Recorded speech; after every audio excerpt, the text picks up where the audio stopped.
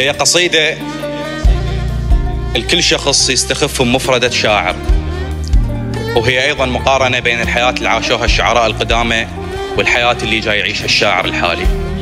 حق من أبقى أكتب بس على عيون،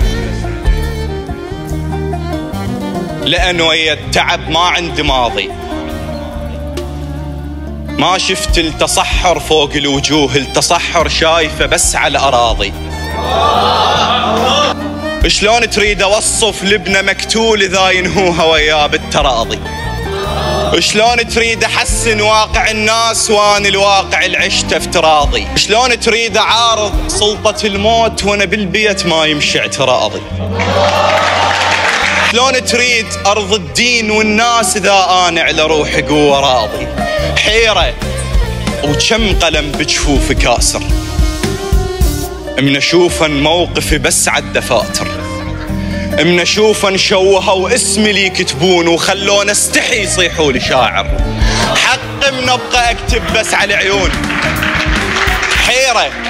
حيرة وكم قلم بجفوفي كاسر، من أشوفن موقفي بس عالدفاتر، من أشوفن شوهوا اسمي لي يكتبون وخلون استحي يصيحوا لي شاعر.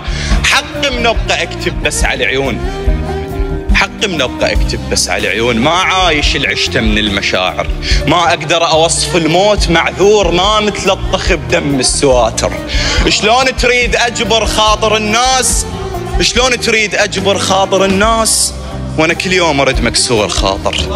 حق من أبقى أكتب بس على عيون، من أشوفن بس لحبها تحسني نادر، ما أدري الشعر ذاب بداخلي ومات، ما أدري أنا صدق مو خوش شاعر.